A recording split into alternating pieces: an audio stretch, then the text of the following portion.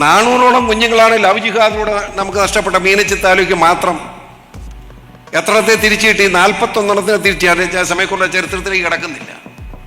ഞാനിത് അനുഭവിച്ചുകൊണ്ടിരിക്കുക. അതിന് എനിക്കറിയാൻ വേദനിക്കുന്ന അനുഭവങ്ങൾ എനിക്ക് കിട്ടിയ അനുഭവമുണ്ട്. ഞാനതിലേക്ക് കിടക്കുന്നില്ല.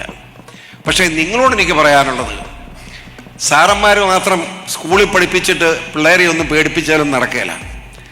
സാറന്മാർ അവരുടെ കുടുംബത്തിൽ അവരുടെ ഭാര്യയും മക്കളുമായി ചർച്ച ചെയ്ത് ഈ മദ്യത്തിനും മയക്കുമരുന്നിനെതിരെ പോരാടുക.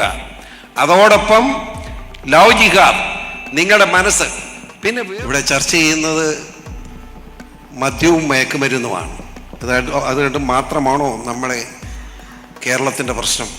ഞാനിപ്പോൾ കടന്നു വരുന്ന ഈരാറ്റുപേട്ട എന്നാണോ പറഞ്ഞ വെറുതെയല്ല. അവിടെ ഈരാറ്റുപേട്ട നടക്കൽ എന്ന് പറയുന്ന സ്ഥലത്ത് ഒരു കെട്ടിടത്തിൽ ഈ കേരളം മുഴുവൻ കത്തിക്കാൻ മാത്രമുള്ള സ്ഫോടക വസ്തുക്കൾ പോലീസ് പിടിച്ചിരിക്കുക. കേരളം മുഴുവൻ കത്തിക്കാൻ മാത്രമുണ്ട് സ്ഫോടക.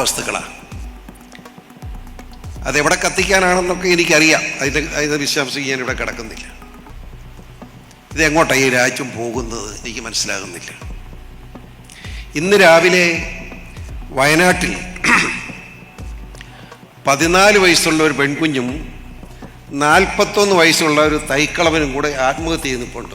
വയനാട്ടിൽ വനത്തിനകത്ത് നിൽക്കുക. പെൺകുട്ടിയുടെ പ്രായം 14, കിളവൻ്റെ പ്രായം 41. പോരെ 15 ദിവസമായിട്ട് ഈ രണ്ടുപേരെയും കാണാനില്ല.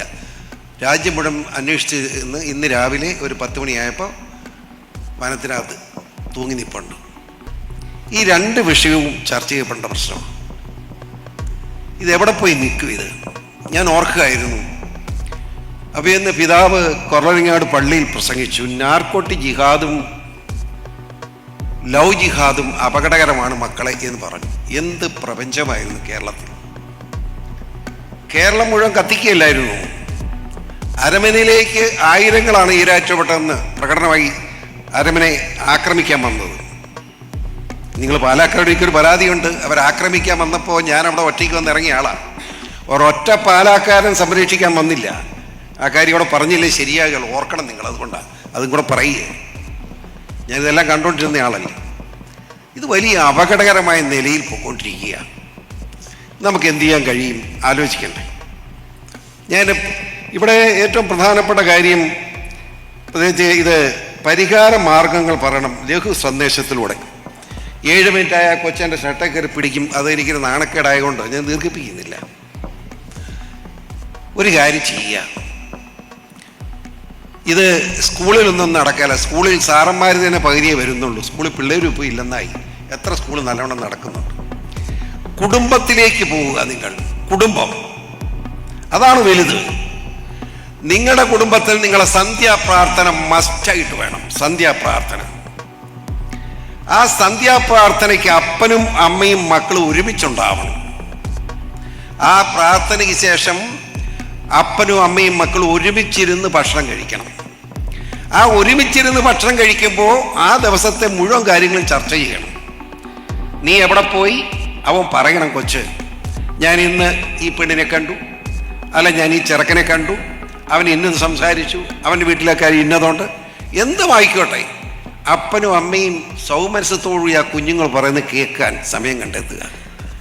അങ്ങനെ പരസ്പരമുള്ള ചർച്ചയിലൂടെ മദ്യത്തിൻ്റെ ആസക്തി കൊണ്ട് ഈ രാജ്യത്തുണ്ടാകുന്ന അപകടങ്ങൾ പറഞ്ഞ് മനസ്സിലാക്കി അത് പറയുന്നു എന്ന് അവർക്ക് ബോധ്യപ്പെടാതെ ഒരു സാഹചര്യത്തിലൂടെ ആ കുഞ്ഞുങ്ങളെ മനസ്സിലേക്ക് അത് കടത്തിവിട്ട് അങ്ങനെ കുടുംബങ്ങളിലൂടെ മാത്രം പ്രചരണം നടത്തിയേ മദ്യത്തിനെതിരായ പ്രചരണത്തിൽ നമുക്ക് മുമ്പോട്ട് പോകാൻ കഴിയൂ എന്നാണ് എൻ്റെ വിചാരം. അതുപോലെ തന്നെ നമ്മുടെ പെൺകുട്ടികളുടെ മുക്കിനെ പറ്റി പറഞ്ഞാൽ ഞാൻ ഇവിടെ പരസ്യമായിട്ടൊന്നും പറയുന്നില്ല. വളരെ ഗതികെട്ട നിലയിലാണ്. 400ഓളം കുഞ്ഞുങ്ങളാണ് ലവ് ജിഹാദിലൂടെ നമുക്ക് നഷ്ടപ്പെട്ട മീനച്ചി താലൂക്ക് മാത്രം. എത്രത്തെ തിരിച്ചു കിട്ടി? 41 തിരിച്ചു. സമയക്കുള്ള ചരിത്രത്തിലേക്ക് കിടക്കുന്നില്ല. ഞാനിത് അനുഭവിച്ചുകൊണ്ടിരിക്കുക. അതിന് എനിക്കറിയാൻ വേദനിക്കുന്ന അനുഭവങ്ങൾ എനിക്ക് കിട്ടിയ അനുഭവമുണ്ട്. ഞാനതിലേക്ക് കിടക്കുന്നില്ല. പക്ഷേ നിങ്ങളോട് എനിക്ക് പറയാനുള്ളത്, സാറന്മാർ മാത്രം സ്കൂളിൽ പഠിപ്പിച്ചിട്ട് പിള്ളേരെ ഒന്നും പേടിപ്പിച്ചാലും നടക്കുകയില്ല. സാറന്മാർ അവരുടെ കുടുംബത്തിൽ അവരുടെ ഭാര്യയും മക്കളുമായി ചർച്ച ചെയ്ത് ഈ മദ്യത്തിനും മയക്കുമരുന്നിനെതിരെ പോരാടുക. അതോടൊപ്പം ലവ് ജിഹാദ് നിങ്ങളുടെ മനസ്സ്. പിന്നെ വേറൊരു വലിയ കാര്യം കൂടെ പറയാതിരിക്കാൻ പറ്റില്ലെന്ന്.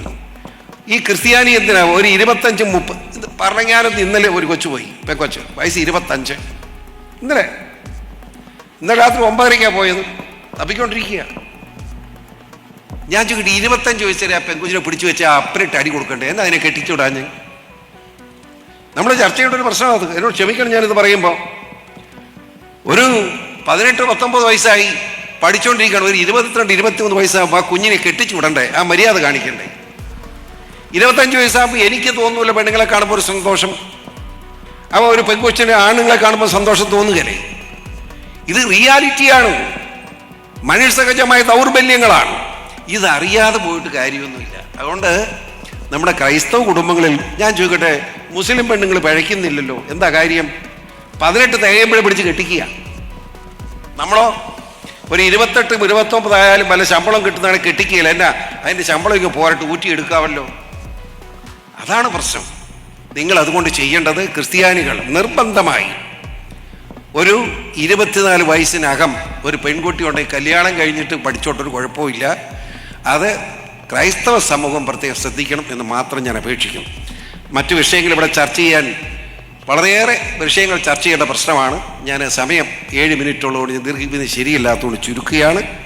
തീർച്ചയായിട്ടും അഭിനന്ദ പിതാവ് പറഞ്ഞ നാർക്കോട്ടിക് ജിഹാദും ലവ് ജിഹാദും ഒരുമിച്ച് തന്നെ കൊണ്ടുപോകാൻ, അതിനെതിരെയുള്ള പ്രവർത്തനം ഒരുമിച്ച് തന്നെ മുന്നോട്ട് നീങ്ങാനുള്ള നടപടിയിലേക്ക് ക്രൈസ്തവ സമൂഹം നീങ്ങിയാൽ അത് നന്നായി.